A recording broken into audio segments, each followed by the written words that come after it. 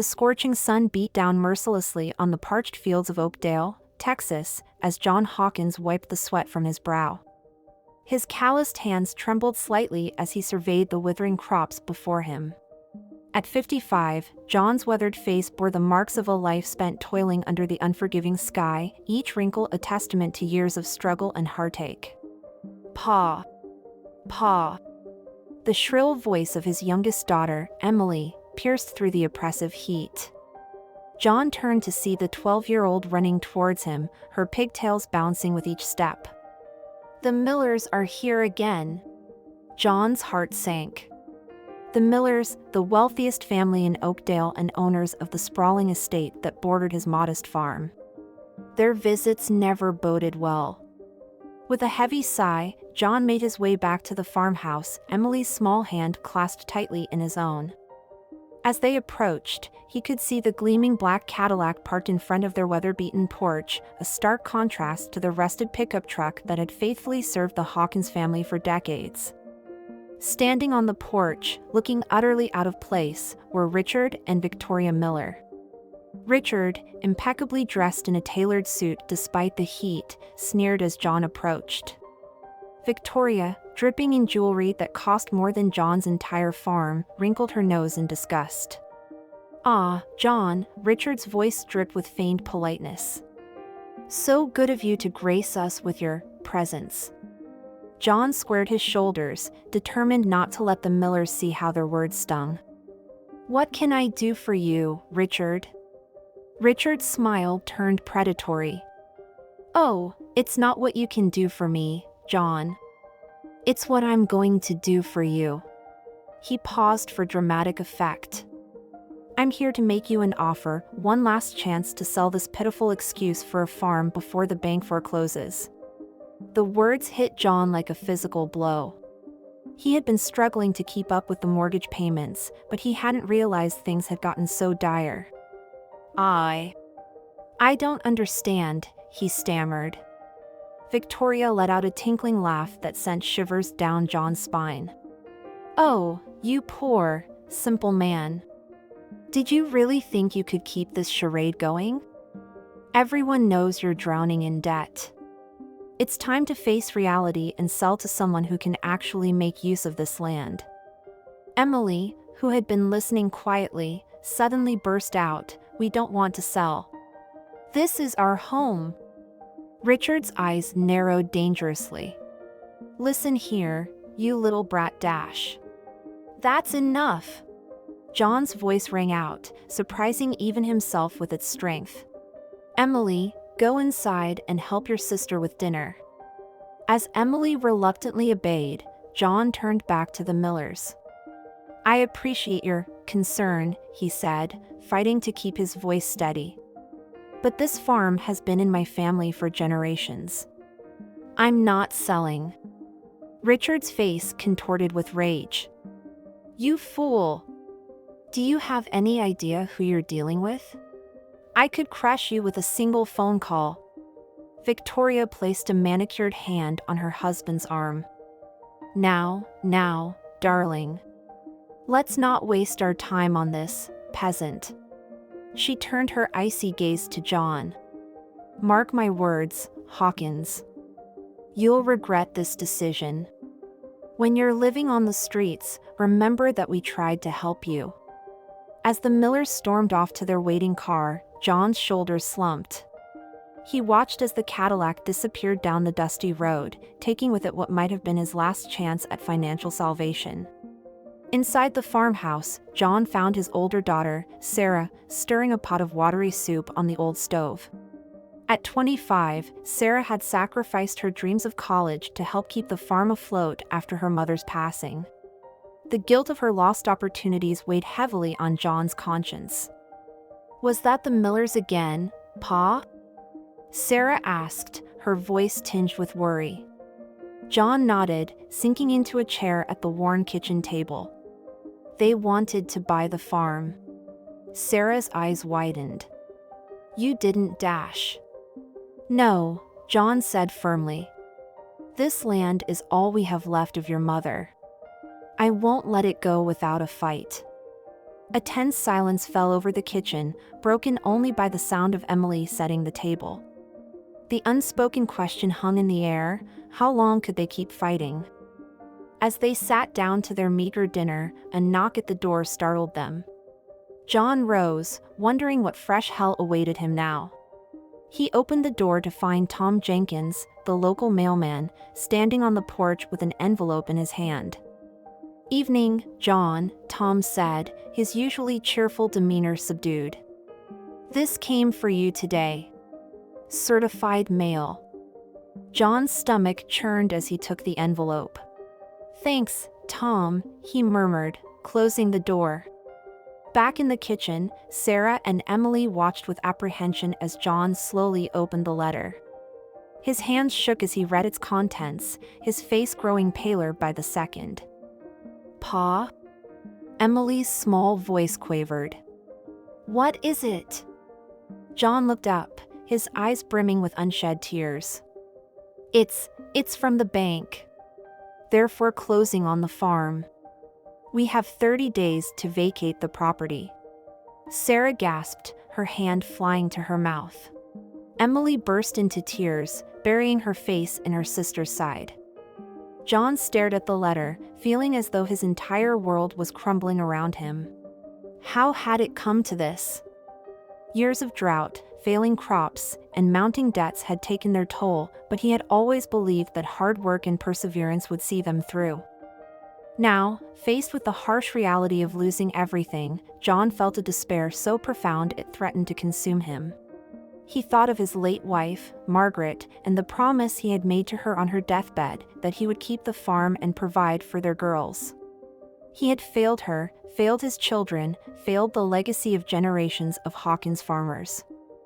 As the weight of his failure pressed down upon him, John made a decision. He couldn't let his girls see him break. Standing up, he forced a smile onto his face. Now, he said, his voice shakier than he would have liked. "This isn't the end. We're Hawkins, and Hawkins don't give up without a fight. We'll figure something out." Sarah looked at him skeptically, but Emily's tears slowed as she gazed up at her father with hope in her eyes. "Really, Pa? You promise?" John's heart clenched at the trust in his youngest daughter's voice. "I promise, sweetheart. Now, let's finish our dinner before it gets cold." As they ate in silence, John's mind raced.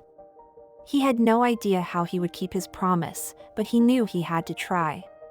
For Margaret's memory, for his girls' future, he would find a way to save their home or die trying. Little did John know that fate was about to deal him an unexpected hand, one that would change the course of their lives forever. As night fell over the farm, John sat on the porch, staring out at the fields bathed in moonlight. The letter from the bank lay crumpled in his pocket, a constant reminder of the ticking clock. 30 days. How could he possibly turn things around in 30 days? A cool breeze rustled through the dying cornfields, carrying with it the scent of impending rain. John closed his eyes, allowing himself a moment of vulnerability in the darkness. A single tear rolled down his weathered cheek as he whispered a desperate prayer to the night sky. "Margaret," he murmured, his voice barely audible.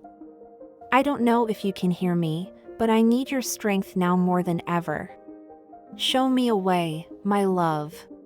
Show me how to save our home, our family." As if in answer to his plea, a shooting star streaked across the inky black sky. For a brief moment, John felt a flicker of hope in his chest. Perhaps, just perhaps, their luck was about to change. Little did he know that miles away, in the opulent Miller estate, events were unfolding that would soon send shockwaves through Oakdale and change the Hawkins family's fate forever. Richard Miller paced in his study, a glass of expensive scotch in his hand. His conversation with John Hawkins earlier that day had left him seething. How dare that dirt-poor farmer refuse his generous offer? Didn't he know who he was dealing with? "Darling," Victoria's silky voice interrupted his brooding. "Why don't you just call in a few favors? Surely you have friends at the bank who could expedite matters? Richard's lips curled into a cruel smile. My dear, you always know just what to say.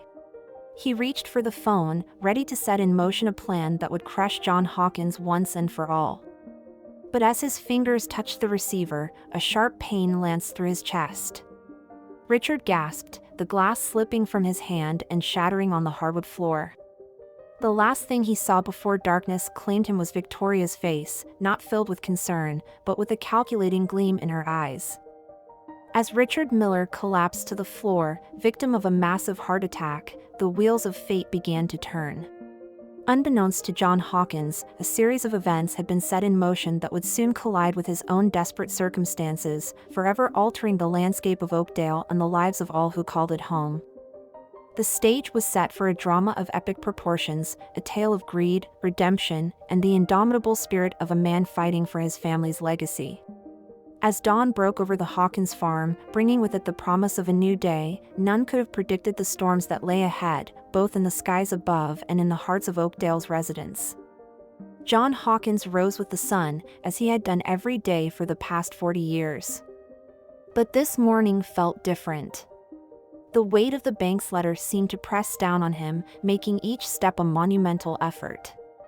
As he went about his morning chores, feeding the few animals they had left and checking on the withering crops, John couldn't shake the feeling that he was going through the motions of a life that was slipping away from him.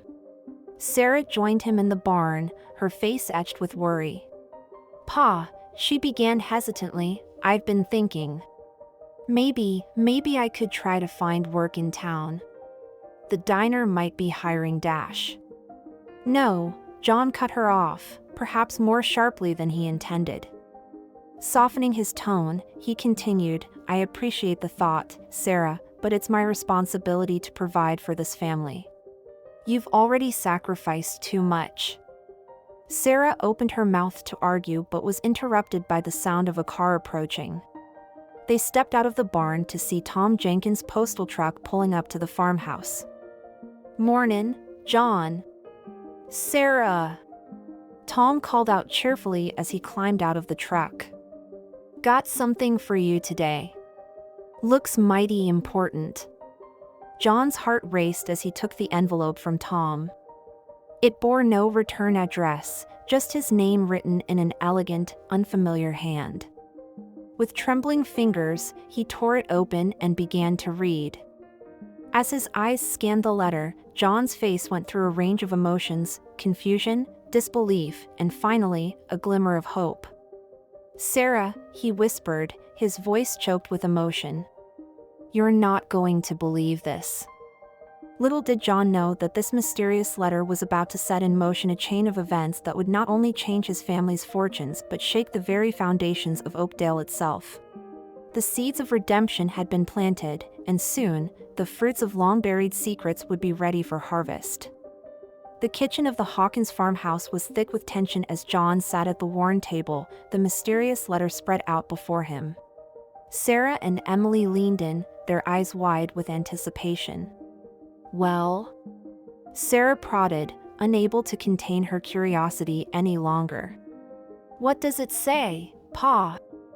John took a deep breath, his voice trembling slightly as he began to read aloud. Dear Mr. Hawkins, you don't know me, but I knew your wife, Margaret. We were childhood friends, and though life took us in different directions, I never forgot her kindness. I've recently learned of your family's struggles, and I believe I may be in a position to help. I'm prepared to offer you a loan of $500,000, interest-free, to be repaid only if and when you're able. This money comes with no strings attached, save for one condition: you must use it to save your farm and turn it into a successful enterprise. I know this may seem too good to be true, but I assure you, my intentions are genuine. Margaret once spoke of your integrity and determination.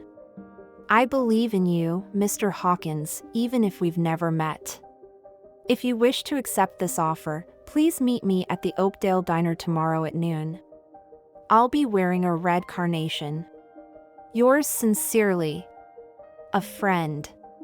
Silence fell over the kitchen as John finished reading. Emily was the first to break it, her young voice filled with excitement. Pa. It's a miracle. Just like in the stories Ma used to tell. Sarah, however, looked skeptical. I don't know, Pa. It seems awfully convenient. Who would just give away that kind of money to strangers? John ran a hand through his graying hair, his mind whirling. I don't know, Sarah. But your mother, she had a way of touching people's lives. If this is real, it could be the answer to our prayers. As the Hawkins family grappled with their potential change in fortune across town at the Miller estate, chaos reigned. Victoria Miller paced the plush carpet of her bedroom, her perfectly manicured nails digging into her palms. Mrs. Miller, Dr. Thompson said gently, I'm afraid your husband's condition is critical. The heart attack was severe. We've done all we can, but you should prepare yourself for the worst. Victoria's face remained an impassive mask, but inside, her mind raced. Richard's death would change everything. The thought that had been germinating in the back of her mind since his collapse now bloomed fully. With Richard gone, she would be in control of everything, including the plan to acquire the Hawkins farm. Thank you, Doctor, she said smoothly. I'd like a moment alone with my husband. As soon as the door closed behind Dr. Thompson, Victoria approached Richard's bedside. The once powerful man lay pale and still, tubes and wires connecting him to softly beeping machines. Oh, Richard, Victoria murmured, her voice devoid of any real emotion. You always were so short-sighted. But don't worry, darling. I'll make sure your vision for Oakdale comes to fruition, my way. She leaned in close, her lips nearly touching Richard's ear. Rest easy, my love. I'll take care of everything. As Victoria straightened, a flash of movement caught her eye. To her horror, she saw Richard's eyelids flutter open, his gaze fixing on her with a mixture of confusion and dawning comprehension. Before she could react, a violent seizure racked Richard's body. Alarms blared as doctors and nurses rushed into the room, pushing Victoria aside in their frantic efforts to save the dying man. In the chaos, no one noticed the tears that had begun to stream down Victoria's face, tears not of sorrow, but of frustration and rage. Her carefully laid plans were unraveling, and she knew that if Richard survived, everything would change. As dawn broke over Oakdale the next day, John Hawkins found himself standing outside the town diner, his heart pounding in his chest. He fingered the mysterious letter in his pocket, still half convinced that this was all some elaborate prank. Inside, the diner was bustling with the breakfast crowd. John's eyes scanned the booths, searching for anyone wearing a red carnation. Just as he was about to give up hope, he spotted it, a vibrant bloom pinned to the lapel of a well-dressed elderly woman sitting alone in a corner booth. Taking a deep breath, John approached. Excuse me, ma'am. I believe you might be waiting for me. I'm John Hawkins. The woman looked up, her kind eyes crinkling at the corners as she smiled. Mr. Hawkins. I'm so glad you came. Please, sit down. My name is Eleanor Bradshaw. As John slid into the booth, he couldn't shake the feeling that he'd seen this woman before. There was something familiar about her, though he couldn't quite place it. I'm sure you have many questions, Eleanor began, her voice gentle but firm. But before we get into the details of my offer, there's something you need to know. She reached into her purse and pulled out an old photograph, sliding it across the table to John. John's breath caught in his throat as he looked at the image. It showed two young women, arms around each other, laughing at the camera. One was unmistakably his late wife, Margaret. The other. That's you, he whispered, looking up at Eleanor in amazement. You and Margaret. Eleanor nodded, her eyes misting over. Margaret was more than just a childhood friend, Mr. Hawkins. She was like a sister to me. We grew up together, shared our dreams, our fears. But life has a way of taking us down unexpected paths. She paused, taking a sip of her coffee before continuing. I married young, to a wealthy man named Charles Bradshaw. He swept me off my feet, promised me the world. But in gaining that world, I lost touch with the people who mattered most, including Margaret. John listened, transfixed, as Eleanor unfolded a tale of regret, missed opportunities, and a lifelong desire to make amends. When I heard about Margaret's passing, it was like losing a part of myself, Eleanor said, her voice thick with emotion. And then, when I learned of your family's struggles, I knew I had to help. It's what Margaret would have wanted. John's mind reeled. But Mrs. Bradshaw, $500,000. That's an enormous amount of money. Are you sure, Dash? Eleanor held up a hand, silencing him. Mr. Hawkins, I have more money than I could spend in 10 lifetimes. What I don't have is family. Margaret was the closest thing to a sister I ever had. By helping you and your girls, I feel like I'm honoring her memory. As the reality of the situation sank in, John felt a weight lifting from his shoulders. For the first time in months, he allowed himself to feel a glimmer of hope. Mrs. Bradshaw, he said, his voice choked with emotion, I don't know how to thank you. Eleanor reached across the table, patting his hand gently. You can thank me by saving your farm and giving your girls the future Margaret would have wanted for them. And please, call me Eleanor. As John and Eleanor hammered out the details of the loan, neither of them noticed the figure watching them from across the street. Victoria Miller, her face hidden behind large sunglasses, observed the meeting with growing interest. Well, she murmured to herself. What do we have here? It seems our dear Mr. Hawkins has found himself a fairy godmother. Victoria's mind raced with the implications of this development. With Richard still unconscious in the hospital, she was free to pursue her own agenda. And now, it seemed, the stakes had just gotten higher. As she watched John and Eleanor leave the diner, shaking hands warmly, Victoria's lips curled into a predatory smile. Enjoy your little windfall while you can, John Hawkins, she whispered. Because I'm not done with you yet. Not by a long shot. Back at the Hawkins farm, Sarah and Emily waited anxiously for their father's return. When John's truck finally pulled up, they rushed out to meet him. Well? Sarah demanded, searching her father's face for any sign of what had transpired. John's expression was unreadable for a moment before breaking into a wide grin. Girls, he said, his voice filled with a joy they hadn't heard in years, I think our luck is about to change. As John recounted his meeting with Eleanor, Emily danced around the yard in excitement. Sarah, however, remained cautious. It sounds almost too good to be true, Pa, she said, her brow furrowed with worry. Are you sure we can trust her? John nodded, understanding his daughter's skepticism. I know it seems incredible, Sarah. But Eleanor, she knew your mother. She showed me pictures, told me stories that only someone who really knew Margaret would know. I believe her. Sarah's expression softened at the mention of her mother.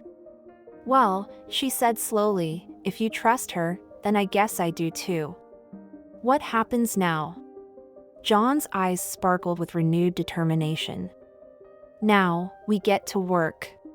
We've got a farm to save. As the Hawkins family began to plan their farm's revival, word of their sudden change in fortune spread through Oakdale like wildfire. Some, like Tom Jenkins and a handful of longtime neighbors, were genuinely happy for the family.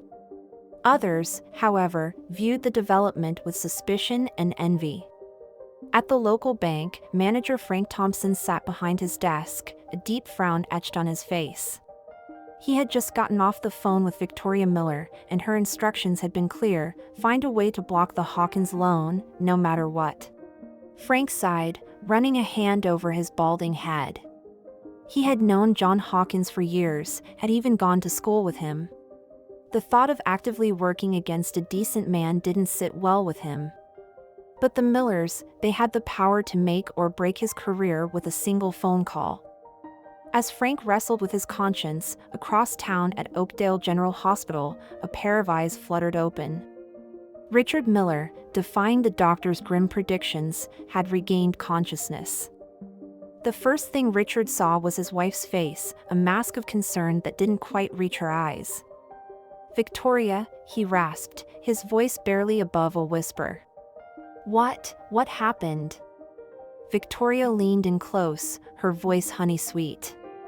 "Shoo, darling. You've had a terrible ordeal. Don't worry about a thing. I've been taking care of everything." As Richard drifted back into a drug-induced sleep, Victoria's expression hardened.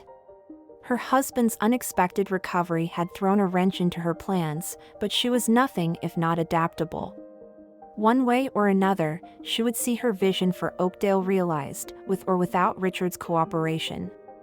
Meanwhile, back at the Hawkins farm, John stood in the middle of his withering cornfield, Eleanor Bradshaw by his side. The elderly woman had insisted on seeing the farm for herself, her sharp eyes taking in every detail. "You've got your work cut out for you, John," she said, her tone matter-of-fact. "But I see potential here. With the right investments and some modern farming techniques, we can turn this place around." John nodded, feeling a mixture of excitement and trepidation. "I've been farming this land the same way my father did, and his father before him. I'm not sure I know how to do it any other way." Eleanor turned to him, her gaze softening. "Change can be scary, John. But sometimes, it's necessary. Margaret always said you were a quick learner. I think it's time to put that to the test." As they walked back towards the farmhouse, John couldn't help but feel that he was standing on the precipice of something monumental. The path ahead was uncertain, filled with challenges he couldn't yet imagine. But for the first time in years, he felt ready to face whatever came his way. Little did he know that the true test of his resolve was yet to come. For in the days and weeks ahead, the quiet town of Oakdale would become a battleground, with the Hawkins farm at the center of a storm that would change everything and everyone forever. As the sun began to set over Oakdale, casting long shadows across the land, the stage was set for a drama that would test the limits of love, loyalty, and the human spirit. In farmhouses and mansions, hospital rooms and bank offices, the players in this unfolding saga prepared for the battles to come. John Hawkins, standing on his porch with his daughters by his side, gazed out at his land with renewed hope. Eleanor Bradshaw, ensconced in her hotel room, pored over agricultural reports and modern farming techniques. Victoria Miller, her perfectly manicured nails tapping impatiently on her husband's hospital bed, plotted her next move. And somewhere, in the spaces between, the spirit of Margaret Hawkins watched over them all, her presence a gentle reminder of the power of love and the enduring strength of family. As night fell over Oakdale, a cool breeze rustled through the cornfields, carrying with it the promise of change. For better or worse, the winds of fate had begun to blow, and nothing would ever be the same again. The next morning dawned bright and clear, a perfect Oklahoma day. But for John Hawkins, it marked the beginning of a journey into uncharted territory. With Eleanor's loans secured and a plan beginning to take shape, he knew that the real work was just beginning. As he stood in the kitchen, nursing a cup of coffee and watching the sun rise over his fields, John couldn't shake the feeling that he was standing on the edge of something big. Something that would change not just his family's fortunes, but the very fabric of Oakdale itself. Little did he know just how right he was. For across town, in the opulent Miller estate, Victoria Miller was already setting her own plans in motion, plans that would put her on a collision course with the Hawkins family and shake the foundations of everything they held dear. The stage was set for a drama of epic proportions, a tale of love, loss, redemption, and the indomitable spirit of a man fighting for his family's legacy. As John Hawkins stepped out into the morning light, ready to face whatever challenges lay ahead, he carried with him the hopes and dreams of generations past, and the promise of a future yet to be written. The story of Oakdale was about to take a turn that no one could have predicted, and at its heart stood a simple farmer with an extraordinary spirit. The winds of change were blowing, and John Hawkins was ready to ride them, wherever they might lead. The early morning sun cast long shadows across the Hawkins farm as John stepped out onto his porch, a steaming cup of coffee in hand. The air was thick with the promise of a scorching summer day, but for the first time in months, John felt a flicker of hope warming his chest. As he surveyed his land, his mind raced with the possibilities that Eleanor Bradshaw's generous offer had opened up. The withering cornfields that had been a source of constant worry now seemed full of potential. With the right investments and some modern farming techniques, maybe, just maybe, he could turn this place around. "Morning, Pa," Sarah's voice broke through his reverie. She joined him on the porch, her own cup of coffee in hand. "You're up early."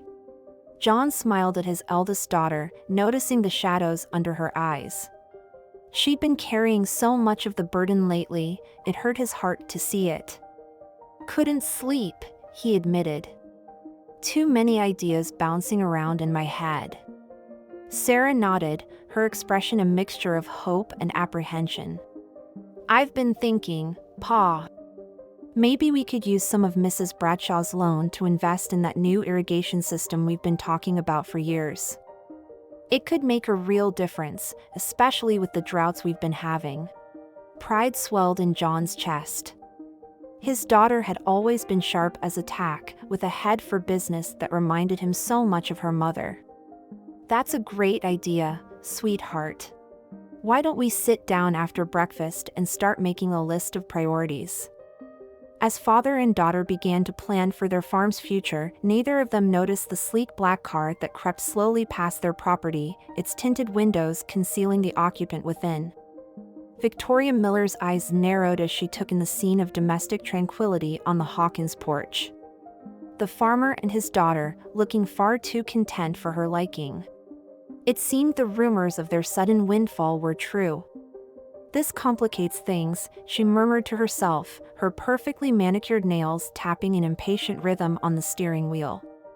But Victoria Miller wasn't a woman easily deterred. If anything, this new development only fueled her determination. As she drove away, her mind was already formulating a new plan. The Hawkins farm would be hers, one way or another. And if John Hawkins thought a little cash infusion would be enough to save him, well, he had another thing coming. Across town, in the sterile confines of Oakdale General Hospital, Richard Miller was growing increasingly frustrated. The doctors insisted he needed to rest, to give his heart time to recover, but all he could think about was the Hawkins farm and the deal that was slipping through his fingers. "Victoria," he called out weakly as his wife entered the room. "Any news on the Hawkins situation?" Victoria's face was a mask of concern as she approached her husband's bedside. "Now, darling, you know the doctor said you're not to worry about business right now. You need to focus on getting better." Richard's eyes narrowed suspiciously. There was something in Victoria's tone, a note of, what? Condescension? Impatience? He couldn't quite put his finger on it, but it set his teeth on edge. "I'm not some doddering old fool, Victoria," he snapped. "This is my legacy we're talking about. I need to know what's happening." For a moment, Victoria's mask slipped, and Richard caught a glimpse of something cold and calculating in her eyes. But it was gone so quickly he almost convinced himself he'd imagined it. "Of course, darling," Victoria soothed, her voice honey-sweet. "I've just been trying to protect you. But if you insist, it seems our dear Mr. Hawkins has come into some money. An old friend of his late wife's has offered him a substantial loan." Richard's face flushed with anger. "What? How is that possible? We had him on the ropes." Victoria placed a gentle hand on her husband's arm, her touch at odds with the steel in her voice. Calm yourself, Richard. Your heart, remember? Don't worry, I'm handling the situation. By the time I'm done, John Hawkins will wish he'd never heard of Eleanor Bradshaw. As Victoria left the hospital room, her heels clicking purposefully down the hallway, Richard couldn't shake the feeling that he was losing control, not just of the Hawkins situation, but of everything he'd built. And for the first time in his life, Richard Miller felt afraid. Back at the Hawkins farm, the kitchen table was covered in papers, financial statements, agricultural reports, and hand-drawn plans for farm improvements. John, Sarah, and Emily huddled around, engaged in animated discussion. I still think we should prioritize the irrigation system, Sarah insisted. With the way the climate's been changing, we need to be prepared for more frequent droughts. Emily, her young face scrunched in concentration, piped up, "What about those solar panels Mrs. Bradshaw mentioned? They could help cut our electricity costs, right?" John nodded, a surge of pride warming his chest. His girls were so smart, so full of ideas. It reminded him of the early days with Margaret, when they'd stay up late into the night, dreaming of all the ways they could make the farm thrive. "You're both right," he said. "I think we need to strike a balance between immediate improvements and long-term investments. But before we make any final decisions, I want to consult with an agricultural expert." Mrs. Bradshaw recommended someone, a Dr. Michaels from the State University. He's supposed to be coming out next week to take a look at the place. As the Hawkins family continued their planning session, none of them were aware of the storm brewing just beyond their horizon. For at that very moment, in the plush office of Oakdale's most prestigious law firm, Victoria Miller was setting her plan in motion. "I want you to find any dirt you can on this Eleanor Bradshaw," Victoria instructed the slick-haired lawyer seated across from her. "I don't care how you do it or what it costs. I want to know every skeleton in her closet, every mistake she's ever made. And I want it yesterday." The lawyer, a young man named Jason Carter, nodded eagerly. He'd been waiting for a chance to prove himself to the Millers, and this could be his big break. "Of course, Mrs. Miller. I'll get right on it." As Jason hurried out of the office, Victoria allowed herself a small, satisfied smile. Eleanor Bradshaw might think she was Oakdale's new fairy godmother, but Victoria knew better. Everyone had secrets, and she was betting that Eleanor's were juicy enough to bring this whole house of cards tumbling down. Meanwhile, across town at the Oakdale diner, Eleanor Bradshaw sat in her usual booth, sipping a cup of tea and watching the comings and goings of the townsfolk. She'd only been in Oakdale for a short time, but already she felt a connection to this place, to its people, its rhythm, its heart. As she observed the lunch crowd, Eleanor's sharp eyes caught sight of a familiar face. Tom Jenkins, the mailman who delivered her letter to John, was seated at the counter, engaged in animated conversation with the waitress. "I'm telling you, Sally," Tom was saying, his voice carrying across the diner, "it's like something out of a fairy tale. The Hawkins place was on its last legs, and then boom. This mystery benefactor shows up out of nowhere with a bag full of cash. It's got the whole town talking." Sally, the middle-aged waitress, leaned in conspiratorially. "Well, I heard from my cousin who works at the bank that the Millers are fit to be tied about it. Apparently, they've been trying to get their hands on the Hawkins land for years." Eleanor's ears perked up at this. She'd known, of course, that John was struggling financially, but she hadn't realized there were outside forces actively working against him. A frown creased her forehead as she considered this new information. Just then, the bell above the diner door jingled, and Eleanor looked up to see Victoria Miller sweep in, her designer heels clicking on the linoleum floor. The diner fell silent, all eyes turning to watch as Victoria made her way to the counter. "Sally, dear," Victoria's voice dripped with false sweetness, "I'll have my usual to go. And do be a love and make it snappy." I have important business to attend to." As Sally hurried to fill the order, Victoria's gaze swept the diner, landing briefly on Eleanor. For a moment, their eyes locked, and Eleanor felt a chill run down her spine. There was something in Victoria's gaze, a cold, calculating intelligence that set Eleanor's nerves on edge. As quickly as it had come, the moment passed. Victoria collected her order and swept out of the diner, leaving a wake of whispers in her path. But Eleanor couldn't shake the feeling that she just had her first glimpse of the true enemy she and the Hawkins family were up against. Back at the farm, John was in the barn, tinkering with an old tractor that had seen better days. The rhythmic clanking of metal on metal was soothing, allowing his mind to wander as his hands worked. He thought about Margaret, about the dreams they'd shared for this place. They'd always talked about modernizing the farm, about finding ways to make it more efficient and sustainable. But there had never been enough money, never enough time. And then Margaret had gotten sick, and suddenly, all those dreams had seemed so small in comparison to the fight for her life. John's hands stilled on the wrench he was holding, a lump forming in his throat. God, how he missed her.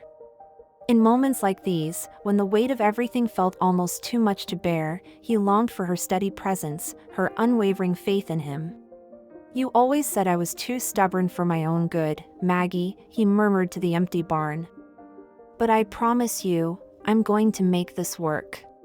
For our girls, for your memory, for everything we dreamed of. I won't let you down." As if in answer to his words, a warm breeze rustled through the barn, carrying with it the sweet scent of summer grass. For a moment, John could almost imagine it was Margaret's gentle touch on his cheek, her silent encouragement. Wiping a grease-stained hand across his eyes, John turned back to the tractor with renewed determination. There was work to be done, and by God, he was going to do it.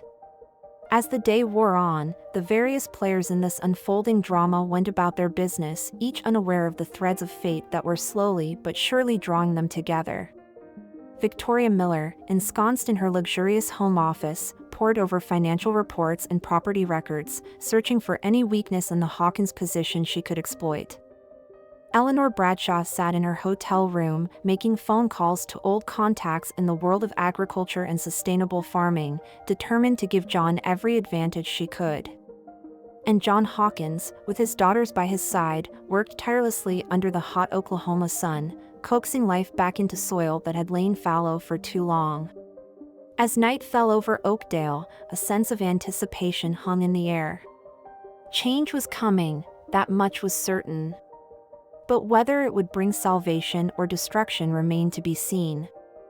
In the days that followed, Oakdale buzzed with activity and gossip. The news of the Hawkins farm's sudden change in fortune had spread like wildfire, and everyone had an opinion on the matter. At the local coffee shop, retired farmer Bill Thompson held court, regaling anyone who would listen with tales of the Hawkins family's long history in Oakdale.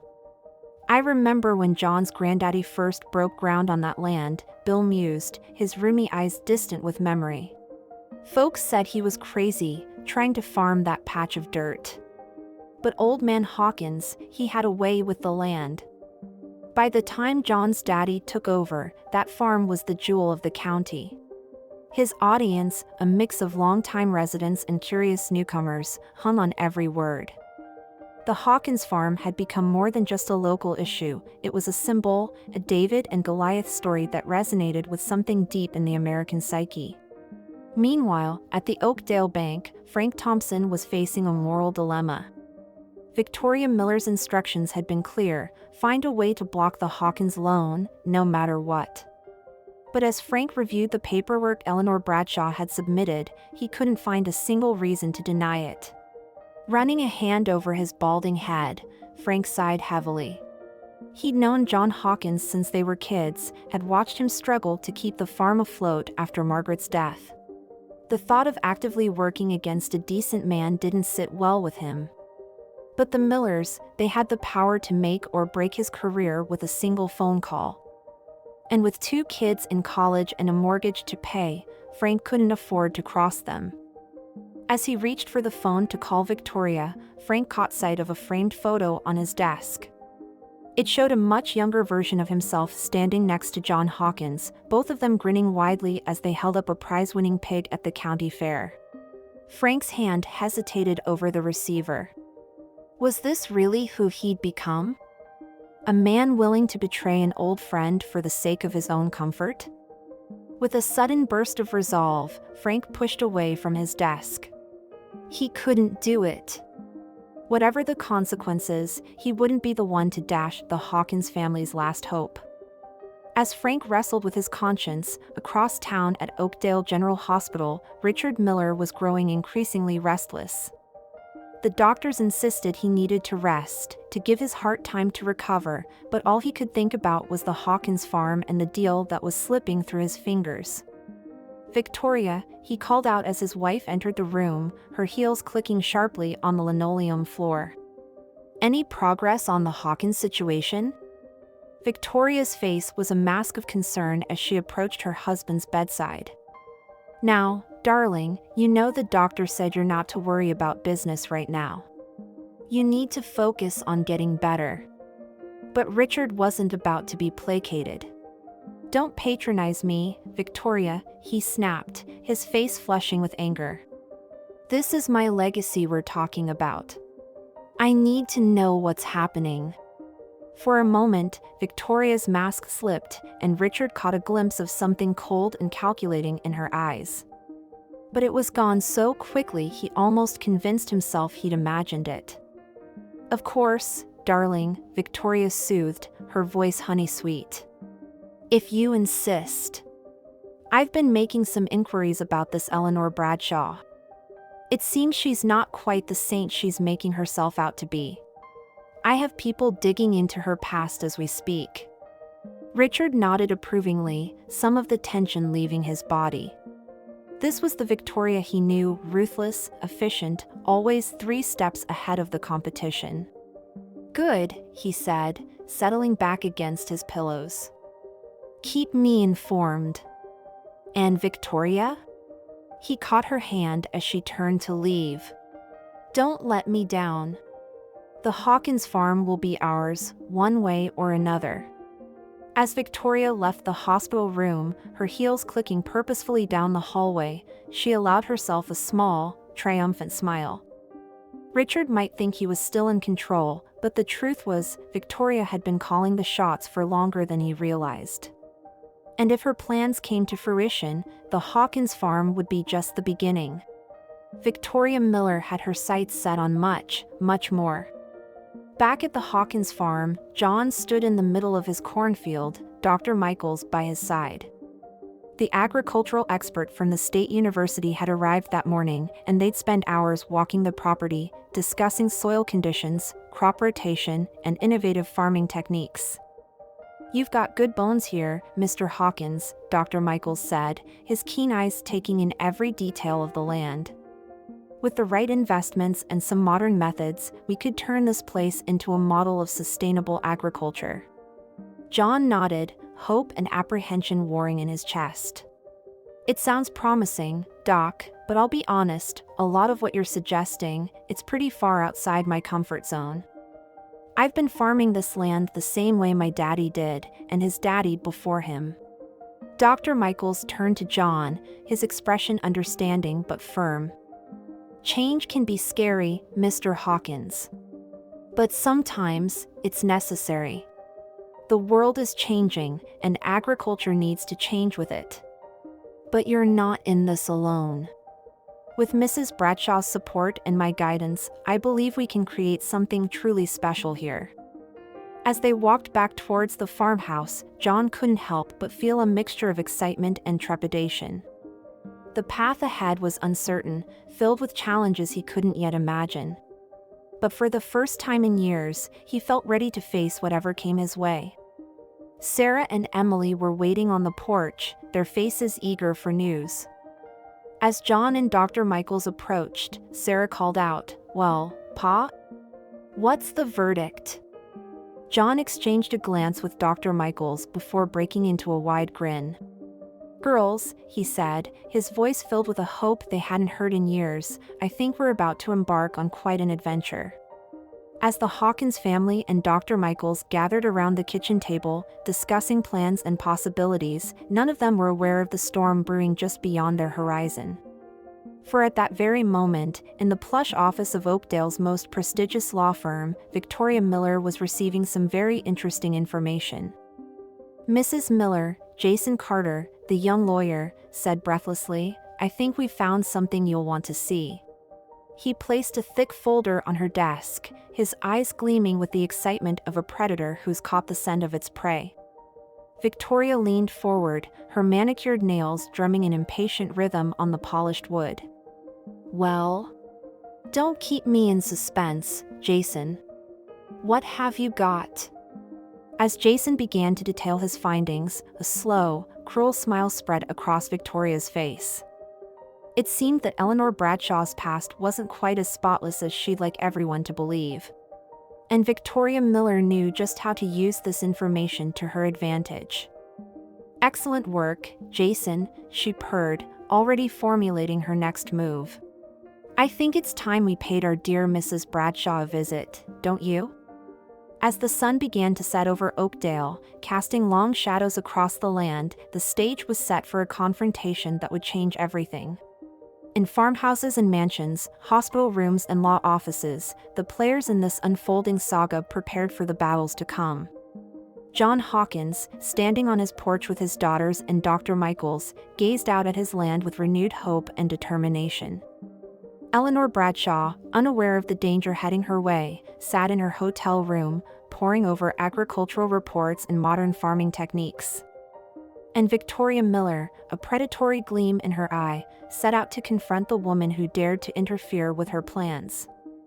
As night fell over Oakdale, a cool breeze rustled through the cornfields, carrying with it the promise of change. For better or worse, the winds of fate had begun to blow, and nothing would ever be the same again. The small town of Oakdale was about to become the stage for a drama of epic proportions, a tale of greed, redemption, and the indomitable spirit of a man fighting for his family's legacy. Little did any of them know that the true test of their resolve was yet to come. For in the days and weeks ahead, secrets would be revealed, alliances would be tested, and the very fabric of Oakdale would be forever altered. The battle for the Hawkins farm was about to begin in earnest, and only time would tell who would emerge victorious. As the night deepened and stars began to twinkle in the vast Oklahoma sky, each player in this unfolding drama lay awake, their minds racing with plans, hopes, and fears for the future. Tomorrow would bring new challenges, new revelations, and perhaps, for some, a reckoning long overdue. The story of Oakdale was about to take a turn that no one could have predicted, and at its heart stood a simple farmer with an extraordinary spirit. The winds of change were blowing, and John Hawkins was ready to ride them, wherever they might lead. But the question remained, would his newfound hope be enough to weather the storm that was coming? Only time would tell. And in Oakdale, time was about to become a very precious commodity indeed. The early morning sun had barely crested the horizon when John Hawkins stepped out onto his porch, a steaming cup of coffee in hand. The air was thick with the promise of another scorching Oklahoma day, but John barely noticed the heat. His mind was too full of the plans and possibilities that lay ahead. In the week since Dr. Michaels' visit, the Hawkins farm had become a hive of activity. New irrigation systems were being installed, soil samples were being taken, and plans for crop rotation and sustainable farming practices were being drawn up. For the first time in years, John felt like he was truly farming again, not just scraping by. As he surveyed his land, a small smile playing on his lips, John caught sight of a familiar figure making her way up the dusty driveway. Eleanor Bradshaw, looking as elegant as ever despite the early hour and rural setting, waved cheerfully as she approached. "Good morning, John," she called out. "I hope I'm not too early. I couldn't wait to see how things are progressing." John hurried down the porch steps to greet her. "Not at all, Mrs. Bradshaw. You're always welcome here. Would you like some coffee?" As they settled onto the porch swing, mugs in hand, John couldn't help but marvel at the twist of fate that had brought this remarkable woman into their lives. In such a short time, Eleanor had become more than just a benefactor. She was a friend, a confidant, and a source of strength for the entire Hawkins family. "So," Eleanor said, her eyes twinkling with excitement, "tell me everything. How are Dr. Michael's plans coming along?" John launched into an enthusiastic account of the week's developments, his hands gesturing animatedly as he spoke of new farming techniques and technological advancements. Eleanor listened intently, her sharp mind picking up on details and asking insightful questions. As they talked, neither of them noticed the sleek black car that crept slowly past the farm, its tinted windows concealing the occupant within. Victoria Miller's eyes narrowed as she took in the scene on the porch, the farmer and his fairy godmother, looking far too content for her liking. "Enjoy your little coffee clutch while you can," Victoria murmured, her perfectly manicured nails tapping an impatient rhythm on the steering wheel.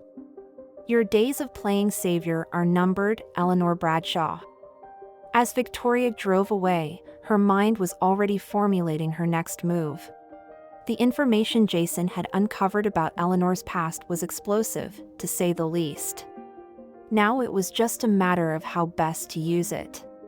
Back at the Miller estate, Victoria found Richard waiting for her in his study.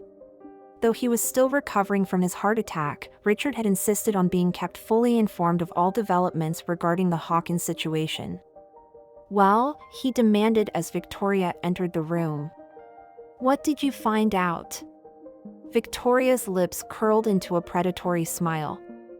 "Oh, Richard," she purred, "you're going to love this." As Victoria began to detail the skeletons she'd uncovered in Eleanor Bradshaw's closet, Richard's expression shifted from interest to shock to a kind of savage glee.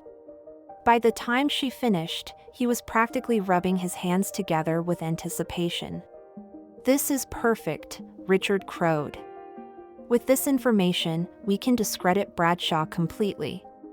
The Hawkins will lose their funding, and that farm will be ours for the taking."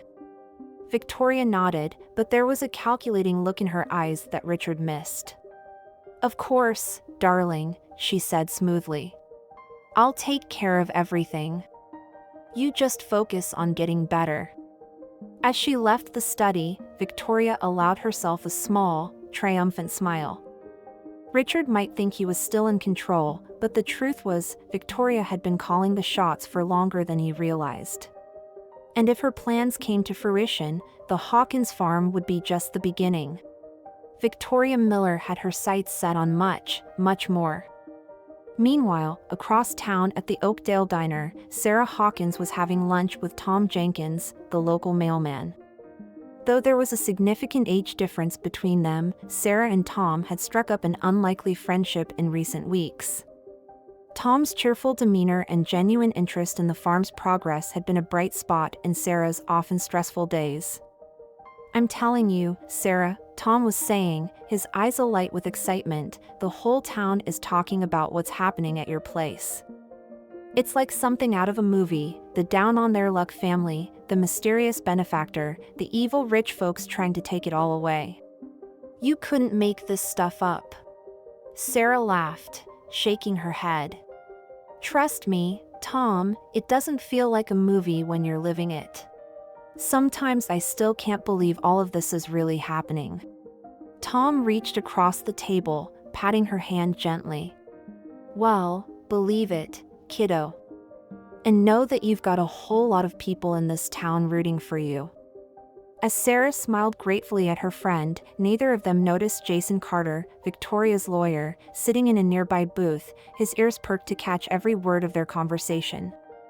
Back at the Hawkins farm, John and Eleanor were deep in discussion about the next phase of improvements when Dr. Michael's truck pulled up. The agricultural expert hopped out, his face alight with excitement. "John!" "Mrs. Bradshaw," he called out as he hurried towards the porch. "I've got great news. The soil samples we took last week, they're even better than we hoped. With the right care and techniques, this land could be incredibly fertile." We could be looking at crop yields double, maybe even triple what you've been getting." John's eyes widened in disbelief. "Are you serious, Doc? That would change everything." Eleanor clapped her hands together in delight. "Oh, John, this is wonderful news. Just think of the possibilities." As the three of them huddled together, poring over Dr. Michael's reports and excitedly discussing future plans, they were unaware of the storm clouds gathering on the horizon. For at that very moment, Victoria Miller was setting in motion a plan that would shake the foundations of everything they were building. In her luxurious home office, Victoria picked up the phone and dialed a familiar number. "Hello, Frank? It's Victoria Miller. I need you to do something for me, and it needs to be done quietly." Frank Thompson, manager of the Oakdale bank, felt his stomach churn as he listened to Victoria's instructions. What she was asking him to do wasn't just unethical, it was illegal. But as Victoria continued to speak, her voice honey-sweet yet laced with an unmistakable threat, Frank knew he had no choice. "Of course, Mrs. Miller," he said, his voice barely above a whisper. "I'll take care of it right away." As Frank hung up the phone, he caught sight of the framed photo on his desk, the one of him and John Hawkins at the county fair all those years ago. With a heavy heart, he turned the picture face down. Some friendships, it seemed, were destined to be sacrificed on the altar of ambition. As the day wore on, the various players in this unfolding drama went about their business, each unaware of the threads of fate that were slowly but surely drawing them together. John Hawkins, buoyed by Dr. Michael's good news, threw himself into work with renewed vigor. As he repaired fences and tended to the new seedlings, he allowed himself to dream of the future, a future where his farm was thriving, his girls were happy, and Margaret's memory was honored in every acre of land. Eleanor Bradshaw, ensconced in her hotel room, made phone calls to old contacts in the world of agriculture and sustainable farming, determined to give John every advantage she could. As she worked, she hummed softly to herself, feeling more alive and purposeful than she had in years. Victoria Miller, a predatory gleam in her eye, finalized her plans for Eleanor's downfall. As she reviewed the damning information Jason had uncovered, she allowed herself a moment of pure, savage joy. Soon, very soon, she would have everything she wanted. And Sarah Hawkins, driving home from her lunch with Tom, found herself filled with a cautious optimism. For the first time since her mother's death, it felt like things were finally looking up for her family. Little did she know that the true test of their resolve was yet to come.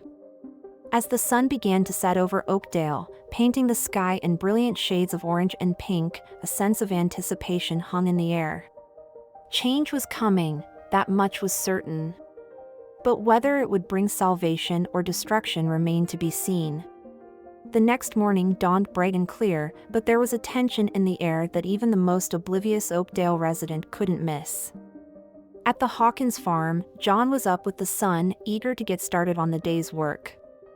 But as he stepped out onto the porch, coffee in hand, he was met with an unusual sight. A sleek black car was making its way up the dusty driveway, kicking up clouds of dust in its wake. John's brow furrowed in confusion. It was far too early for Dr. Michaels or any of the workers to be arriving. As the car came to a stop, the driver's door opened and Victoria Miller stepped out.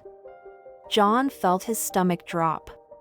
In all the years the Millers had been trying to buy his land, Victoria had never once deigned to visit the farm herself. "Mr. Hawkins," Victoria called out, her voice sickly sweet. "I hope I'm not interrupting your morning. Might I have a word?" John set his coffee mug down on the porch railing, squaring his shoulders as he descended the steps. "Mrs. Miller," he said, keeping his voice carefully neutral. "This is an unexpected surprise. What can I do for you?" Victoria's lips curled into a smile that didn't quite reach her eyes. "Oh, it's not what you can do for me, Mr. Hawkins. It's what I can do for you. Or rather, what I can tell you." Before John could respond, the screen door banged open behind him and Sarah emerged, her face tight with concern. "Pa? What's going on?" Victoria's gaze flickered to Sarah, a look of disdain passing quickly over her features before she schooled them back into a mask of false concern. "Ah, the eldest Hawkins girl. How lovely. You might want to hear this too, my dear. It concerns your family's benefactor."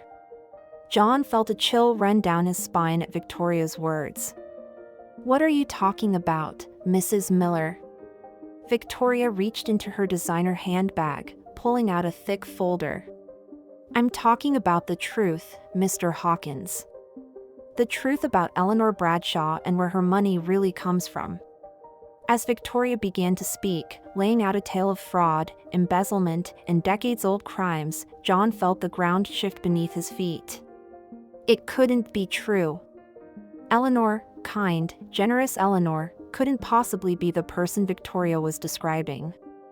But as Victoria produced document after document, each one seeming to confirm her outrageous claims, John felt a seed of doubt take root in his heart. Could they have been so desperate for a miracle that they'd allowed themselves to be fooled? Sarah, her face pale with shock, finally found her voice. "Why are you telling us this? Why now?" Victoria's expression was one of practiced sympathy. "My dear, I may have my differences with your father, but I couldn't in good conscience allow you to be taken in by a criminal. I'm only trying to protect you." As Victoria climbed back into her car, leaving the stunned Hawkins family in her wake, she allowed herself a small, triumphant smile. The seed of doubt had been planted. Now all she had to do was watch it grow. Across town, Eleanor Bradshaw was just settling down to breakfast when there was a knock at her hotel room door. Expecting it to be room service, she called out a cheerful "come in." But instead of a waiter with her morning coffee, Eleanor found herself face to face with two stern-looking men in suits. "Eleanor Bradshaw?" one of them asked, his voice gruff. "We're with the FBI. We need you to come with us." As Eleanor was led away in handcuffs, her mind raced. How had they found her? After all these years, how had her past finally caught up with her? Back at the Hawkins farm, John sat at the kitchen table, his head in his hands. Sarah paced the room, her agitation palpable. "It can't be true, Pa," she insisted. "There has to be some explanation." John looked up, his eyes filled with a mixture of pain and uncertainty. "I want to believe that, Sarah. God knows I do. But the evidence..." Before he could finish his thought, the phone rang, shattering the tense silence. Sarah lunged for it, her voice breathless as she answered. "Hello? Oh, Tom, thank goodness. Wait, what? Eleanor's been arrested?" As Sarah relayed Tom's news, John felt his world tilt on its axis once again. It seemed Victoria's claims weren't just malicious gossip, they were being taken seriously by law enforcement. "What do we do now, Pa?" Emily's small voice came from the doorway. John turned to see his youngest daughter standing there, her eyes wide with fear and confusion. John took a deep breath, forcing himself to stand up straight. No matter what was happening with Eleanor, no matter what troubles lay ahead, he had to be strong for his girls. "Now," he said, his voice steadier than he felt, "we keep working. We keep fighting. Whatever happens, we're in this together." As the Hawkins family huddled together, drawing strength from each other, they were unaware of the ripples their story was creating throughout Oakdale. In diners and barbershops, on front porches and in church pews, the arrest of Eleanor Bradshaw and its potential impact on the Hawkins farm was all anyone could talk about. And in her luxurious office, Victoria Miller sat back in her leather chair, a glass of champagne in hand.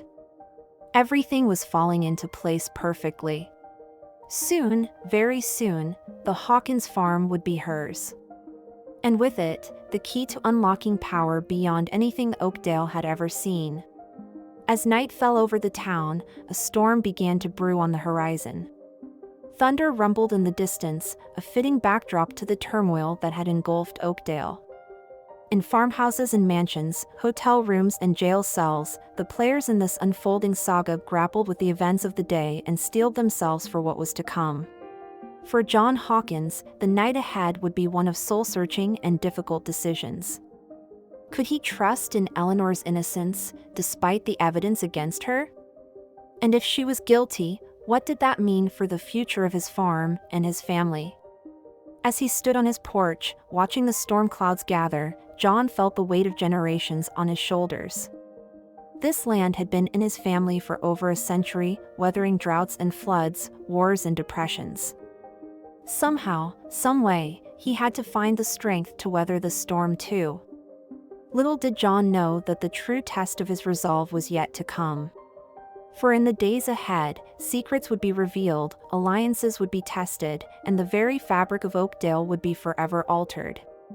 The battle for the Hawkins farm was about to enter its most crucial phase, and only time would tell who would emerge victorious. As lightning split the sky and rain began to fall, John Hawkins squared his shoulders and turned back towards the warmth of his home. Whatever challenges lay ahead, he would face them head-on. For his girls, for Margaret's memory, and for the legacy of the Hawkins name, he would fight with every ounce of strength he possessed. The storm had arrived in Oakdale, both literally and figuratively. And in its wake, nothing would ever be the same again. The storm that had swept through Oakdale the previous night had left the town feeling washed clean, but the tension in the air remained thick enough to cut with a knife. As the sun rose over the horizon, its rays illuminating the puddles left behind by the downpour, the residents of Oakdale stirred, each feeling the weight of the drama that had unfolded in their small community. At the Hawkins farm, John had barely slept. He'd spent most of the night pacing the worn floorboards of the farmhouse, his mind a whirlwind of conflicting thoughts and emotions. The revelations about Eleanor Bradshaw had shaken him to his core, leaving him questioning everything he thought he knew. As he stepped out onto the porch, coffee mug in hand, John's eyes were drawn to the field stretching out before him. The land that had been in his family for generations now seemed to shimmer with an uncertain future. The new irrigation systems and carefully planted crops that had filled him with such hope just days ago now felt like a cruel joke. "Pa?" Sarah's voice broke through his reverie. She joined him on the porch, her own mug of coffee clutched tightly in her hands. "What are we going to do?" John sighed heavily, the weight of responsibility pressing down on his shoulders. "I don't know, sweetheart. But we're not giving up. Not yet." As father and daughter stood in silence, drawing strength from each other's presence, they were unaware of the flurry of activity taking place across town. In the Oakdale police station, Eleanor Bradshaw sat in an interrogation room, her usually impeccable appearance now disheveled after a night in custody. Across from her sat two FBI agents, their faces impassive as they laid out the charges against her. Mrs. Bradshaw, the older of the two agents, began, his voice gravelly with years of similar interrogations. "We have evidence of your involvement in a series of financial frauds dating back over 2 decades. Embezzlement, money laundering, identity theft, the list goes on. Do you have anything to say for yourself?" Eleanor's eyes, which had been fixed on the table, slowly rose to meet the agent's gaze. There was a fire in them that took the agent by surprise. "Yes," she said, her voice steady despite the circumstances. "I have a lot to say. But first, I want my lawyer. And then, I want to speak to John Hawkins." Meanwhile, at the Miller estate, Victoria was in high spirits. She practically floated down the grand staircase, a triumphant smile playing on her lips. In the dining room, she found Richard already seated at the table, poring over the morning paper. "Well, my dear," Victoria purred as she took her seat, "it seems our little plan has worked perfectly. The Bradshaw woman is in custody, and the Hawkins are in disarray. It's only a matter of time now before that farm is ours." Richard looked up from his paper, a frown creasing his brow. Don't get ahead of yourself, Victoria. We're not in the clear yet. There's still the matter of the loan Bradshaw gave to Hawkins. Even with her arrested, that money is still legally his. Victoria waved a dismissive hand. Details, darling. Minor details. Trust me, I have everything under control. As the Millers continued their breakfast, discussing their plans for the Hawkins land in low, excited voices, they were unaware of the seeds of doubt beginning to take root in the mind of someone very close to them. Jason Carter, the young lawyer who had uncovered the dirt on Eleanor Bradshaw, sat in his office, staring at the files spread out before him. The more he looked at the evidence, the more something didn't sit right. There were inconsistencies, gaps in the timeline, things that just didn't add up. With a sudden burst of resolve, Jason stood up. He couldn't shake the feeling that he was missing something crucial, something that could change everything. And he was determined to find out what it was. Back at the Hawkins farm, John was in the barn, methodically going through the motions of his daily chores. The repetitive tasks helped to calm his racing mind, allowing him to think more clearly about their situation. As he was mucking out a stall, he heard the crunch of tires on gravel. Stepping out of the barn, he was surprised to see Tom Jenkins' postal truck pulling up. "Tom?"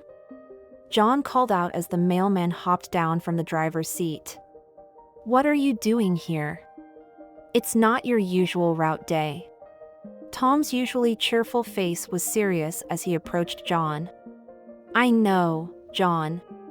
But I've got something here that couldn't wait.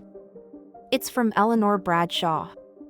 John's heart leapt into his throat as Tom handed him a thick envelope. With trembling hands, he tore it open, his eyes scanning the contents rapidly.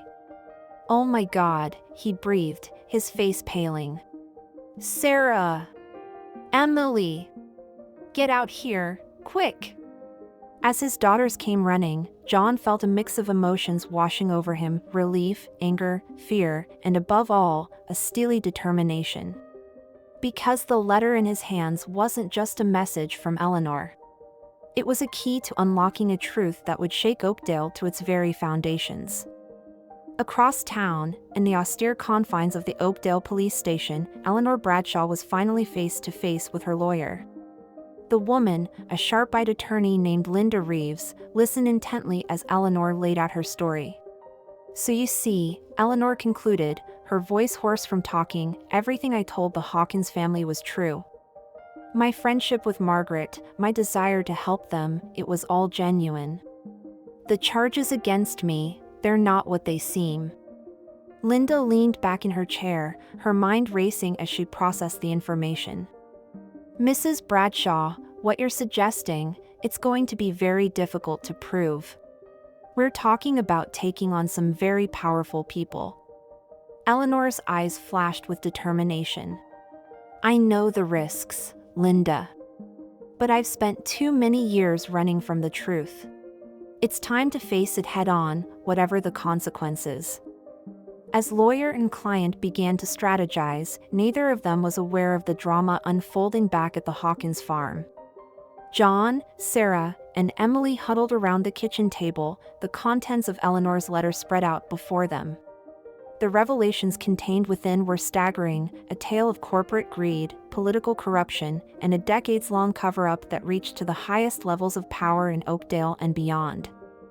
"I can't believe it," Sarah whispered, her eyes wide as she pored over the documents. "The Millers, they've been manipulating things behind the scenes for years. The drought, the bank foreclosures, even Mom's medical bills, it was all part of their plan." John nodded grimly. "And Eleanor, she was trying to expose them. That's why they went after her so hard."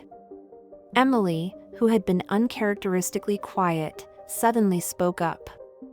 "But Pa, if all this is true, why didn't Eleanor just tell us from the beginning?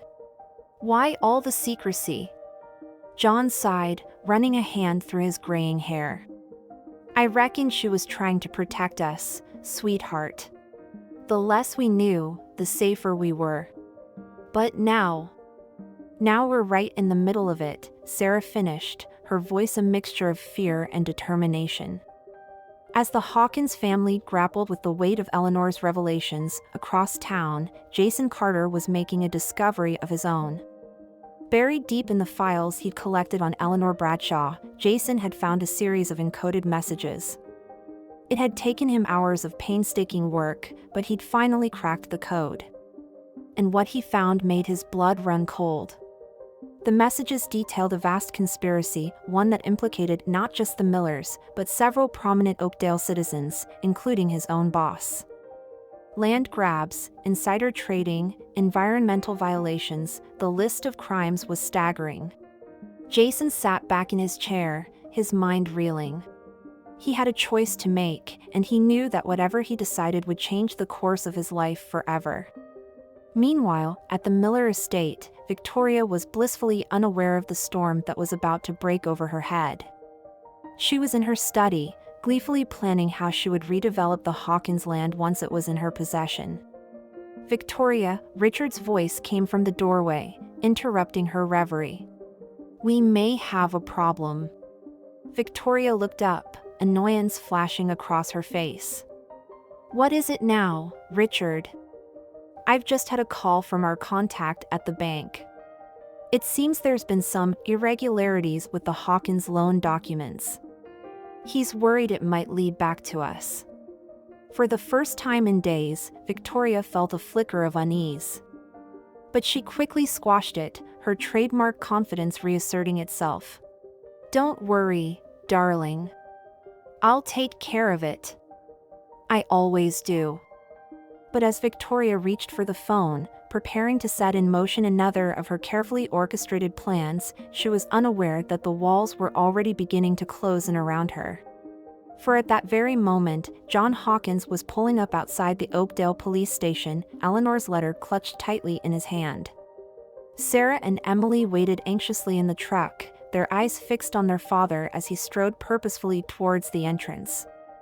Inside the station, Eleanor Bradshaw looked up as the door to the interrogation room opened. Her eyes widened in surprise as she saw John Hawkins enter, followed closely by Linda Reeves and the FBI agents. "John," Eleanor breathed, relief and apprehension warring in her voice. "You got my letter." John nodded, his face a mask of determination. "I did, Eleanor. And I think it's time we all heard the whole story." As John began to speak, laying out the evidence Eleanor had provided, the room fell into a stunned silence. The FBI agents exchanged glances, their expressions shifting from skepticism to shock as the full scope of the conspiracy was revealed. Across town, Jason Carter was making his own move. With a USB drive containing all the evidence he'd uncovered clutched tightly in his hand, he walked into the offices of the Oakdale Gazette. "I need to speak to your editor," he told the receptionist, his voice steady despite the nervous sweat beading on his brow. "I have a story that's going to change everything." As the dominoes began to fall, the residents of Oakdale went about their day, unaware that their quiet town was about to become the epicenter of a scandal that would rock the nation. In diners and barbershops, on front porches and in church pews, people chatted about Eleanor Bradshaw's arrest and speculated about what it might mean for the Hawkins farm. But beneath the surface of these mundane conversations, a current of change was building, ready to sweep away the old order and usher in a new era for Oakdale. As the sun began to set, painting the sky in brilliant shades of orange and pink, John Hawkins stood on the steps of the police station, flanked by Sarah and Emily. Eleanor Bradshaw, newly released from custody, stood beside them, her head held high despite the ordeal she'd been through. Across the street, a crowd had begun to gather. Word had spread quickly that something big was happening, and it seemed like half the town had turned out to see what was going on. John cleared his throat, his voice ringing out clear and strong as he addressed the assembled crowd. "Folks," he began, "I know there's been a lot of talk lately about my family, about our farm, and about Mrs. Bradshaw here. Well, I'm here to tell you that things aren't always what they seem. We've uncovered some truths that are going to be hard for this town to hear, but they need to be said." As John began to speak, laying out the evidence of the Millers' corruption and the wider conspiracy that had held Oakdale in its grip for so long, a hush fell over the crowd. Faces registered shock, disbelief, and in some cases, a dawning recognition. Meanwhile, at the Miller estate, the sound of police sirens pierced the evening calm. Victoria and Richard, alerted by their security system, watched in disbelief as a convoy of police cars and FBI vehicles poured through their gates. "Victoria," Richard said, his voice trembling, "what have you done?" But Victoria wasn't listening. Her mind was already racing, calculating her next move. She'd clawed her way to the top once before, and she'd do it again. Somehow, some way, she would turn this to her advantage.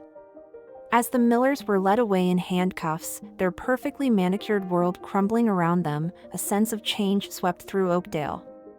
Old alliances were shattered, long-held secrets were dragged into the light, and the balance of power shifted in ways no one could have predicted.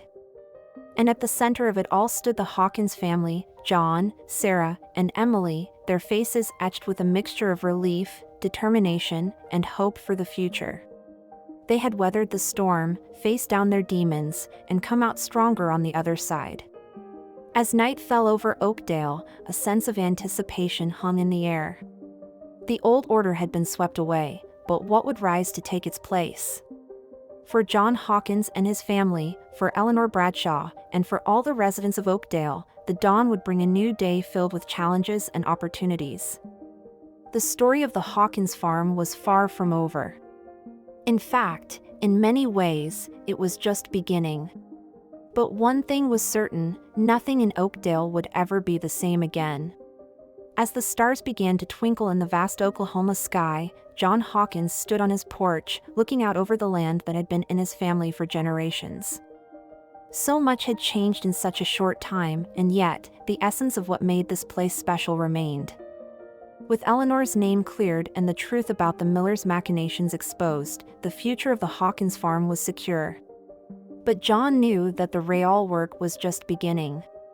They had been given a second chance, not just to save their farm, but to help reshape Oakdale into the kind of community it was always meant to be. As he turned to go back inside, where Sarah, Emily, and Eleanor were waiting, John caught a glimpse of movement in the cornfield. For a moment, he could have sworn he saw Margaret standing there, a proud smile on her face. John blinked, and the vision was gone. But the warmth it left behind remained. Whatever challenges lay ahead, he knew they would face them together, as a family. The night deepened, and Oakdale slept, its residents dreaming of the new day to come. A day of reckoning, of renewal, and of hope. The winds of change had blown through their little town, and in its wake, anything seemed possible. The morning sun rose over Oakdale, its golden rays painting the sky in hues of pink and orange. It was a new day, not just for the small Oklahoma town, but for all those whose lives had been irrevocably changed by the events of the past weeks. John Hawkins stood on his porch, coffee mug in hand, watching as the light slowly crept across his fields. The land that had been in his family for generations looked different somehow, more vibrant, more alive. Or perhaps it was John himself who had changed. "Pa?" Sarah's voice came from behind him. "You're up early." John turned to his eldest daughter, a small smile playing on his lips. "Couldn't sleep. Too much on my mind." Sarah nodded, understanding etched on her face. "I know what you mean. It's hard to believe everything that's happened." As father and daughter stood in companionable silence, watching the sun rise over their land, neither could have imagined the day that lay ahead of them, a day that would bring closure to some chapters of their lives and open exciting new ones. Across town, in the Oakdale County Jail, Victoria Miller paced her cell like a caged tigress. Her perfectly manicured nails, now chipped and broken, raked through her disheveled hair as she muttered to herself. "This isn't over," she hissed, her eyes blazing with a mixture of rage and determination. "I'll find a way out of this. I always do." But even as the words left her lips, Victoria knew that this time was different. The evidence against her was overwhelming, the charges numerous and severe. The empire she had built on lies and manipulation was crumbling, and there was nothing she could do to stop it. In the cell next to hers, Richard Miller sat on the edge of his cot, his head in his hands. Unlike his wife, the fight had gone out of him. As the full extent of their crimes had come to light, Richard had felt something he hadn't experienced in years: shame. "How did we come to this, Victoria?" he asked, his voice barely above a whisper. "Where did we go wrong?" But Victoria had no answer for him. She was too busy plotting, scheming, trying to find a way to turn this disaster to her advantage. Meanwhile, at the offices of the Oakdale Gazette, young reporter Lisa Chin was putting the finishing touches on the story that would change her career and the town forever. With trembling fingers, she typed the final words of her exposé on the Miller conspiracy. "And there you have it, folks," she murmured, reading over her work. "The truth about the Millers, the Hawkins farm, and the web of lies that has held our town in its grip for far too long." As Lisa hit send, submitting her article for publication, she felt a weight lift from her shoulders. The truth was out there now, for all to see. Back at the Hawkins farm, the kitchen was a hive of activity. Emily flitted about, setting the table for a special breakfast, while Eleanor Bradshaw stood at the stove, flipping pancakes with the expertise of someone who had done it 1,000 times before. "I still can't believe you're really here," Emily said, pausing in her task to watch Eleanor work. "After everything that happened." Eleanor turned to the young girl, her eyes twinkling with warmth. "My dear, I made a promise to your mother a long time ago that I would look out for her family. I may have taken a roundabout way of keeping that promise, but I'm here now. And I'm not going anywhere." As the delicious smell of pancakes and coffee filled the air, there was a knock at the door. John opened it to find Tom Jenkins standing on the porch, a newspaper tucked under his arm and a wide grin on his face. "Morning, John," Tom said cheerily. "Thought you might want to see this. It's hitting the stands all over town as we speak." John took the paper, his eyes widening as he read the headline, "Miller Conspiracy Exposed, the Truth Behind Oakdale's Biggest Scandal." As John skimmed the article, his heart swelled with a mixture of emotions: relief that the truth was finally out, pride in his family for standing strong through it all, and a glimmer of hope for the future. "Tom," John said, looking up from the paper, "would you like to join us for breakfast? I think we have a lot to celebrate." As the Hawkins family, along with Eleanor and Tom, gathered around the kitchen table, the mood was one of cautious optimism. They had weathered the storm, faced down their demons, and come out stronger on the other side. "Before we eat," John said, raising his coffee mug, "I'd like to propose a toast. To truth, to justice, and to new beginnings." As they clinked their mugs together, a sense of possibility filled the room. The road ahead wouldn't be easy. There was still a farm to run, a community to heal, and a future to build. But for the first time in a long while, it felt like anything was possible. As the day wore on, news of the Miller conspiracy spread like wildfire through Oakdale. In diners and barbershops, on street corners and in living rooms, people gathered to discuss the shocking revelations. At the Oakdale Bank, Frank Thompson sat in his office, his face pale as he read through Lisa Chen's article. The extent of his own complicity in the Millers' scheme stared back at him from the pages of the newspaper. With a heavy heart, Frank reached for the phone. It was time to come clean, to face the consequences of his actions. As he dialed the number for the FBI office, Frank felt a strange sense of relief. The burden of secrets he had carried for so long was finally being lifted. Across town, at the offices of Carter and Associates, Jason Carter was packing up his things. His decision to blow the whistle on the Miller conspiracy had cost him his job, but as he looked at himself in the reflection of his office window, Jason saw a man he could be proud of. As he picked up the box containing his personal items, there was a knock at the door. Jason turned to see Sarah Hawkins standing in the doorway, a hesitant smile on her face. "I heard about what you did," Sarah said, stepping into the office. "That was incredibly brave." Jason shrugged, a faint blush coloring his cheeks. "I just did what was right. I couldn't be part of the lie anymore." As Sarah helped Jason carry his things to his car, there was a spark between them, a connection born of shared experiences and mutual respect. Neither of them knew where it might lead, but for the first time in a long while, both felt open to the possibility of something new. Back at the Hawkins farm, John stood in the middle of his cornfield, Dr. Michaels by his side. The agricultural expert was explaining his plans for implementing new, sustainable farming practices that would not only increase yields but also help heal the land that had been pushed to its limits for so long. "It's not going to be easy, John," Dr. Michaels warned.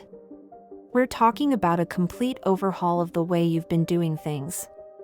It'll take time, hard work, and a lot of patience." John nodded, his eyes scanning the horizon. "I understand, document. But this land, it's more than just a farm to me. It's my family's legacy. And I aim to make sure it's a legacy worth passing on." As the two men continued their tour of the property, discussing crop rotations and soil conservation techniques, Eleanor watched from the porch. Her heart swelled with pride at the sight of John embracing the future while honoring the past. "He's a good man," a voice said beside her. Eleanor turned to see Emily, her young face serious beyond her years. "Mom would be proud of him. Of all of us." Eleanor put an arm around the girl's shoulders, pulling her close. "Your mother is proud, sweetheart. I have no doubt about that." As the sun began to set on another day in Oakdale, the town buzzed with a new energy. The exposure of the Miller conspiracy had shaken things up, but from the chaos, a sense of renewal was emerging. At the town hall, a group of citizens, led by Tom Jenkins, was meeting to discuss plans for revitalizing Oakdale's economy. Ideas were flying, from promoting sustainable agriculture to developing ecotourism initiatives that would showcase the area's natural beauty. In homes across town, families were having difficult but necessary conversations about the part they had played, knowingly or unknowingly, in perpetuating the systems that had allowed the Millers to thrive for so long. And at the Hawkins farm, John, Sarah, Emily, and Eleanor sat on the porch, watching as the stars began to twinkle in the vast Oklahoma sky. The future stretched out before them, full of challenges and opportunities. "You know," John said, breaking the comfortable silence. "For the first time in a long while, I'm excited about what tomorrow might bring." Sarah reached out, squeezing her father's hand. "Me too, Pa, me too." As the night deepened and Oakdale slept, a sense of peace settled over the town. The road ahead would not be easy, there were wounds to heal, trusts to rebuild, and a community to reshape. But the foundations had been laid for a brighter, more honest future. For John Hawkins and his family, the journey had been long and difficult. They had faced drought and despair, betrayal and loss. But through it all, they had persevered, their love for each other and for the land that had been their home for generations carrying them through the darkest of times. Now, as they stood on the threshold of a new chapter in their lives, the Hawkins family was ready to face whatever challenges lay ahead. Together, they would work to heal their land, to rebuild their community, and to create a legacy that would endure for generations to come. And so, as a new day dawned over Oakdale, the story of the Hawkins farm, a tale of struggle, redemption, and the enduring power of love and perseverance, came to a close. But in many ways, it was just the beginning. For in the hearts of John, Sarah, Emily, and all those whose lives they had touched, a spark had been lit, a spark of hope, of possibility, and of the unshakable belief that with hard work, integrity, and a little bit of faith, anything was possible. As the sun rose over the fields of the Hawkins farm, painting the world in shades of golden promise, John Hawkins stepped out onto his porch, coffee mug in hand. He took a deep breath, savoring the crisp morning air and the sense of possibility that seemed to hover on the horizon. With a smile on his face and hope in his heart, John raised his mug in a silent toast to the land, to his family, and to the bright future that lay ahead. And somewhere, in the gentle breeze that rustled through the cornfields and the warmth of the sun on his face, John could almost hear Margaret's voice, whispering words of love and encouragement. The farmer who was once despised by his wealthy neighbors had emerged victorious, not through wealth or power, but through the strength of his character and the unwavering support of those who truly mattered. As John turned to go back inside, where his family waited to begin another day on the farm they had fought so hard to save, he knew that whatever challenges lay ahead, they would face them together.